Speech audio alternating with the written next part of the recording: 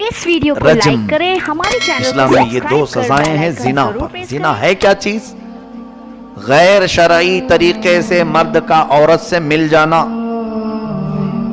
ہر مرد کو اللہ تعالیٰ نے حلال طریقہ عطا فرمایا، نکاح کے ذریعے کسی بھی خاتون کو اپنی عورت بنا لے، بیوی بنا لے۔ لیکن کسی نے بغیر نکاح کے کسی بھی انجان عورت سے اپنے جسمانی تعلق قائم کیا، اسی کو زنا کہا ہے شریعت۔ اور یہ زنا اتنا سخت گناہ ہے، حدیث پاک میں جس وقت بندہ زنا کر رہا ہوتا ہے تو اس کا ایمان اٹھا لیا جاتا ہے۔ ایمان کی حالت میں کوئی زنا کر ہی نہیں سکتا، ایمان اس کا اٹھا لیا جاتا ہے، معلق ہوتا ہے۔ جب تک وہ توبہ نہ کرے ایمان اس کا لٹکا ہوتا ہے۔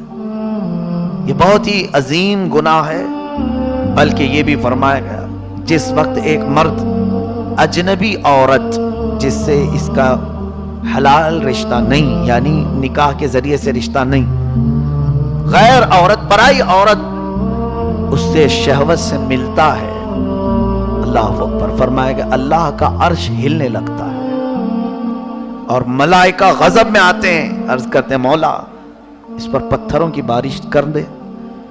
رب تو وہ کریم ہے، رحیم ہے، مہربان ہے، جو بندوں کو مہلت دیتا ہے توبہ کی، باز آنے کی، پلٹ آنے کی۔ ایسے بہت ہیں دنیا میں جنہوں نے زنا سے اپنے دامن کو داغدار کر لیا ہے، اور کچھ کا تو پیشہ ہے، کچھ کا تو عادت ہے، ان کی عادتیں ہیں۔ لیکن میرے عزیزو، قرآن کا حکم سنو، اس میں کسی کی رعایت نہیں کی گئی۔ ایسے کئی واقعات حضور صلی اللہ علیہ وسلم کے زمانے میں آئے۔ ایک خاتون تھی، وہ حضور صلی اللہ علیہ وسلم کے زمانے میں آئی، پوچھا کہ یا رسول اللہ صلی اللہ علیہ وسلم مجھ سے زنا ہو گیا ہے، کیا کروں؟ کہا شادی شدہ؟ کہا ہاں، پتھروں سے ہلاک کیا جائے گا۔ اس نے کہا کہ مجھے منظور ہے، مجھے پاک کر دیجئے۔ وہ خواتین تھی اس زمانے کی، انہیں ڈر تھا کہ آخرت میں کیا سزا ہوگی۔ حضور آپ دنیا میں مجھے پاک کر دیں، آخرت کا میں جھیل نہیں سکوں گی، کیونکہ آخرت کے بارے میں حضور صلی اللہ علیہ وسلم نے فرمایا قیامت کے دن کچھ ایسے لوگوں کو لایا جائے گا جو ننگے ہوں گے، بغیر لباس کے ہوں گے، اور کچھ ملائکہ بہت ہی سخت ڈراؤنی شکل کے اپنے ہاتھوں میں لوہے کی سلاخیں گرم تپا رہے ہوں گے جس سے آگ کے شعلے نکل رہے ہوں گے۔ وہ لوہے کی سلاخیں تیزی سے لا کر ان کی شرمگاہوں میں ڈالیں گے، جس سے وہ پوری چیخ ایسی ماریں گے کہ اہل محشر ہلنے لگیں گے، سب ڈر جائیں گے، اور پوچھا جائے گا یہ کون لوگ ہیں جن کو اتنی سخت سزا دی جا رہی ہے یہ محشر میں؟ کہا جائے گا یہ وہ لوگ ہیں جو اپنی شرمگاہوں کی حفاظت نہیں کرتے تھے، یہ زنا کرنے والے لوگ ہیں۔ قیامت کے دن ان کو سخت اذیت میں، اور پھر یہاں تک کہ فرمایا ایک حدیث پاک میں ان کی شرمگاہوں سے اتنی تیز بدبو نکلے گی کہ جہنم پناہ مانگنے لگے گا، اے اللہ ان کی بدبو سے مجھے اذیت ہو رہی ہے۔ یہ زنا والوں کی کے انجام قیامت کی۔ مختصر سی لذت کے لیے لوگ اپنی تمام روایات چھوڑ دیتے ہیں، اپنی انسانیت بھول جاتے ہیں، اپنے تمام خوف و خشیت، ایمان، عقیدہ سب بھول جاتے ہیں تھوڑی سی لذت کے لیے، جبکہ اللہ تعالیٰ نے تمہیں حلال طریقہ رکھا ہے، دیا ہے، اور ابلیس لعین چاہتا ہے کہ تم حرام طریقے سے حاصل کرو۔ دیکھو کیا دنیا میں اللہ چور کو رزق نہیں دیتا؟ رزق تو اسے بھی مل رہا ہے اور تمہیں بھی مل رہا ہے، لیکن فرق دیکھو، اس کا جو رزق آتا ہے چوری کر کے وہ حرام طریقے سے، اور تمہارا کما کر کے آ رہا ہے۔ یعنی مولا تعالیٰ نے راستے تو سب رکھے ہیں، یہ تم اپنے ہاتھ سے کرتے ہو۔ ایک بندہ ہے خوبصورت عورت لڑکی کو اپنی بیوی بنایا نکاح کے ذریعے سے، کام وہ بھی وہی کرتا ہے اس کے ساتھ زندگی گزار رہا ہے، اور ایک وہ ہے جس نے نکاح نہیں کیا، چپکے سے چوری سے دوسری خاتون کے ساتھ اپنے جسمانی تعلق قائم کیا۔ ہونا تو وہی ہے، لیکن دونوں میں اتنا بڑا فرق ہے کہ زانی پر اللہ اور اس کے فرشتے اور نبیوں کی لعنت ہے، اور نکاح والے کے متعلق اللہ اکبر، حدیث پاک میں ہے جس نے اپنی بیوی کو ایک لقمہ بھی کھلائے اسے صدقے کا ثواب دیا جائے. اور پھر ان دونوں کی زندگی پر فرشتوں کی رحمتیں اور انہیں کہا جائے گا مبارک ہو تمہیں، تم نے اپنے فرج کی اپنے شرمگاہ کی حفاظت کر لی. اور میرے آقا فرماتے ہیں جس نے نکاح کیا اس نے اپنا آدھا ایمان بچا لیا، آدھا ایمان بچا لیا. تو وہ خاتون آئی حضور کے پاس، کہا زنا ہو گیا ہے. حضور نے فرمایا تمہیں معلوم ہے زنا کی سزا؟ کہا ہاں. ہوش و حواس میں کہہ رہی ہو؟ کہا ہاں. اب حضور صلی اللہ علیہ وسلم کی رحمت کاملہ تو دیکھیں، حکم تو یہ تھا کہ زانیہ کو بھی پتھروں سے ہلاک کر دیا جائے. حضور نے پوچھا کہ تیرے پیٹ میں بچہ پل رہا ہے؟ کہا ہاں حمل سے ہوں. کہا جا جب بچہ ہو جائے تب آنا. پورے 9 مہینے کے بعد پھر وہ خاتون آئی، بچے کی ولادت ہوئی، چھوٹا سا بچہ لے کر کے پھر آئی. جسے گناہ کا احساس ہوتا ہے وہی تو آئے گا، نہیں تو کتنے تو چھپ کر کے کیا کیا کر گئے پتہ ہی نہیں کسی کو. اور ان سب کے لیے اللہ دردناک عذاب رکھا ہے. کس کو چھپاؤ گے؟ کہاں جاؤ گے؟ اللہ تو فرماتا ہے انا للہ و انا الیہ راجعون. یہی تم کہو ہم اللہ کے لیے اور اسی کی طرف لوٹنے والے ہو. اور پھر کئی جگہ قرآن میں فرماتا ہے ثم الینا ترجعون، تم پھر ہماری طرف پلٹائے جاؤ گے، تمہیں ہماری طرف لائے جائے. الینا تحشرون، ہماری طرف تمہارا حشر کیا جائے گا، اٹھائے جاؤ گے. اب وہ خاتون بچے کو لے کر کے آئی، کہا یا رسول اللہ صلی اللہ علیہ وسلم آپ نے فرمایا تھا بچہ ہونے کے بعد آ جاؤ، بچہ ہو گیا ہے، اب مجھے جو سزا ہے اسلامی دے دی جائے. حضور نے فرمایا یہ بچہ ابھی پیدا ہوا، اس کا حق ہے دودھ پلانے کا، جاؤ دودھ پلاؤ، پوری مدت ہونے کے بعد آنا. 2 سال وہ دودھ پلائی بچے کو، پھر اپنے بچے کو لے کر حضور کے پاس آئی اور کچھ چیزیں سامنے لے کر کے آئیں، پھول اور کچھ کوئلے آگ کے، اور اس بچے کے سامنے رکھے تو بچہ پھول اٹھانے لگا، کہنے لگی یا رسول اللہ صلی اللہ علیہ وسلم اب میرا بچہ غلط اور صحیح کو پہچاننے کے قابل بھی ہو گیا ہے، دودھ تو چھوڑ ہی چکا ہے، اب یہ میرے بغیر بھی رہ سکتا ہے، لہٰذا مجھے پاک کر دیا جائے، مجھے اب پاک کر دیا جائے جو مجھ سے گناہ ہوا. اس بچے کو دے دیا گیا. اب اس خاتون کو حضور نے صحابہ کے حوالے کیا. جبل انم مدینے میں آج بھی وہ پہاڑی موجود ہے جہاں پر لے جایا جاتا تھا اور سنساری کی جاتی تھی. اس خاتون کو اس پہاڑی کے اوپر سے ڈھکیلا گیا اور سارے مسلمانوں نے پتھروں سے رجم کیا، یہاں تک کہ وہ ہلاک ہو گئی، روح پرواز کر گئی. لیکن وہ جاتے جاتے خوشی سے روتے ہوئے گئی، نہیں کوئی قلق نہیں تھا، درد نہیں تھا، کیونکہ معلوم تھا اللہ کے نبی نے مجھے دنیا میں پاک کیا، اب آخرت میں کچھ نہیں ہوگا.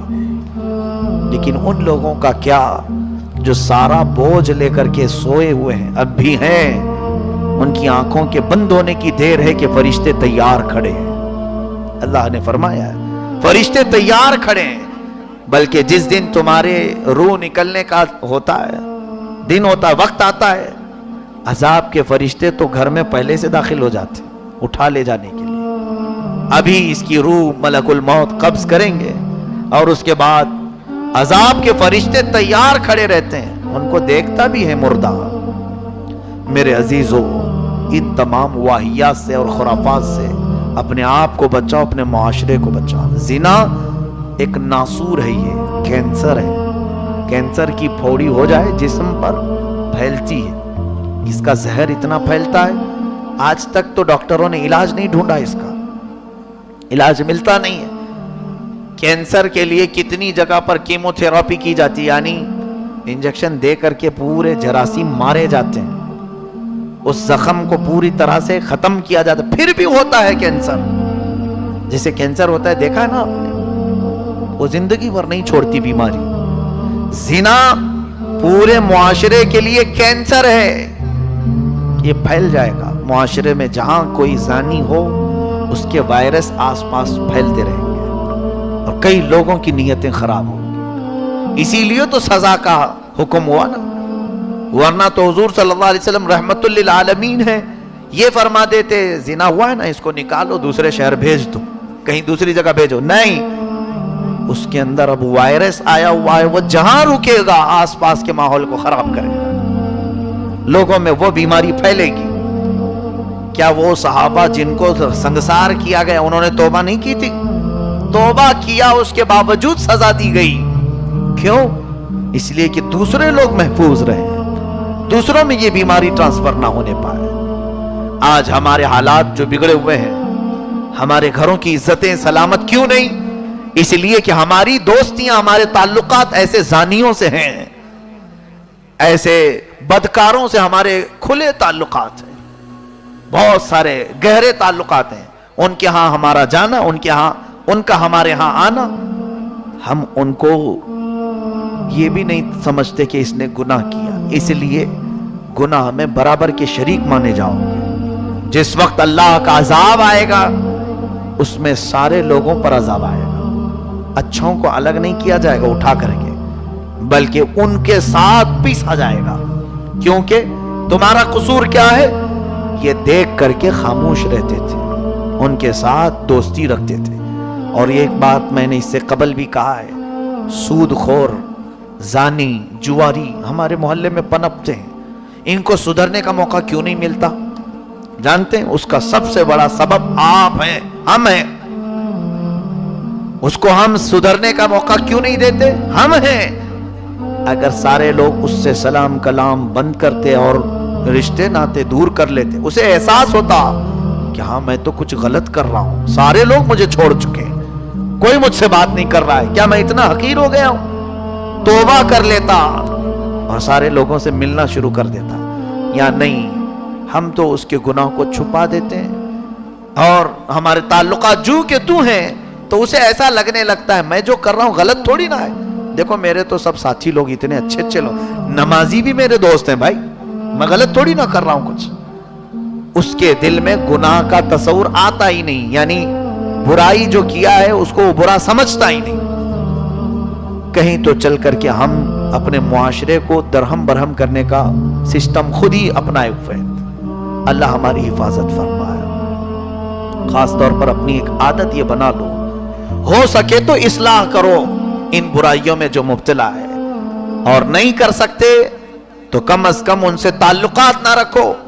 اس لیے نہیں کہہ رہا ہوں میں کہ دشمنی پیدا کر لو ان سے, ان کو گالی گلوچ کرو, ان کو مار توڑ کرو, نہیں. تمہارے دل میں یہ نیت ہونا چاہیے شاید میرے نہ ملنے سے اس کے دل میں احساس ہو جائے گا, توبہ کر لے گا, توبہ کر لے گا, وہ آ جائے گا. اور یہ ہماری آزمائی ہوئی چیز ہے. ہم نے دیکھا ہے کچھ لوگوں کو, کسی کو ہم سے ملنے کا شوق ہوتا ہے اور وہ ہمارے ساتھ بیٹھنا چاہتے ہیں. ہم نے ان سے کہا میں تمہارے ساتھ اسی وقت ملوں گا, تیرے گھر اسی وقت آؤں گا, یا تیرے ساتھ میں مصافحہ اسی وقت کروں گا جب تو یہ برائی چھوڑ دے گا. اس نے چھوڑ دیا. حضور پاک صلی اللہ علیہ وسلم نے یہی فرمایا بہت سارے نوجوانوں کے ساتھ. حضور سے ملنے کے خواہش مند تھے, حضور کہتے تھے نہیں ملوں گا تو ایمان لے آؤ. امیر حمزہ خود حضور کے چچا ہیں, حضور کو مسکراتا دیکھنا پسند کرتے تھے, ایمان نہیں لائے تھے. ایک دن ابو جہل نے حضور پر ہاتھ اٹھایا, امیر حمزہ کو غصہ بہت آیا, ابو جہل کو مار کر کے آئے اور اپنے بھتیجے کے پاس آئے, کہا محمد میں نے بدلہ لے لیا, اب مسکرا دو, تمہاری جو عادت ہے مسکرانے کی مسکراؤ.